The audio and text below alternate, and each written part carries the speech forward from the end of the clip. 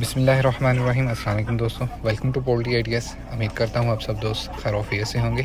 आज की video fall pox के ऊपर बनाई जा रही है। फॉल पॉक्स बेसिकली चीचक या उर्फ़ आम में माता बीमारी को भी बोलते हैं। ये फॉल पॉक्स जो बीमारी है, इट्स नॉट वायरल डिजीज़, ये सीजनल डिजीज़ है, यानी कि ये मौसमी बीमारी है। अक्सर बरसात के मौसम में ये बर्ड्स पर हमलावर होती है। ये बीमारी ज़्यादा तेज़ी से तो नहीं फैलती, लेकिन ये जितनी तेज़ी से फैलती नहीं है और उतनी तेज़ी से इसकी रिकवरी भी नहीं होती। अब बात कर लेते हैं जी इसकी निशानियों की।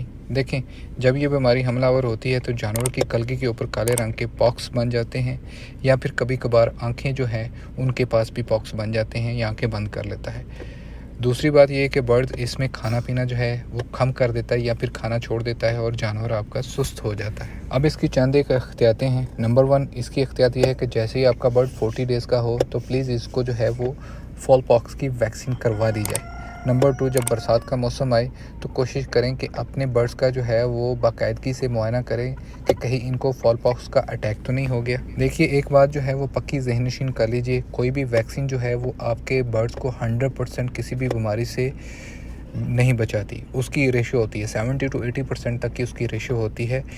वैक्सीन करने के बाद ये मत तसव्वुर कीजिएगा कि अब जो भी हो हमारा जानवर जो है वो उस बीमारी से महफूज है जिसकी हमने उसको वैक्सीन की हुई है। तो दोस्तों, आप बात कर लेते हैं इसके इलाज की। देखिए, पिछले दिनों मई एंड पे बरसात का मौसम था, तो जिसने मेरे बर्ड्स को भी अफेक्टेड किया है, जिसमें से 3 से 4 बर्ड्स काफ़ी ज़्यादा जो है इस हमले की रेंज में आ गए थे। तो मैंने क्या किया है कि जो एक बर्ड्स को मैंने पकड़ा है उसकी कलगी के ऊपर से जो ब्लैक हिस्सा जो खुश्क हुआ है, मैंने उसको काटा है और बाज़ार से मेडिसोल वाटर लिया है, उसमें मैंने किया है इसको मिक्स, और 1 cc ईच बर्ड मैंने सभी को जो था ये लगा दिया था। अल्हम्दुलिल्लाह विदिन 5 डेज़ जो 4-5 जानवर ज़्यादा अफेक्टेड थे वो भी इससे अल्हम्दुलिल्लाह सेट हो गए थे, और जो बाकी सेट थे उनके ऊपर किसी भी तरह का अटैक नहीं हुआ था। ये इटसेल्फ एक एंटीबॉडी डोज बन जाती है। ये डोज जो है ये मैंने एज़ पर डॉक्टर रिकमेंडेशंस ही इनके ऊपर इम्प्लीमेंट की थी। आप फिर भी इसको इस्तेमाल करने से पहले एक मरतबा डॉक्टर से ज़रूर मशवरा कर लीजिएगा।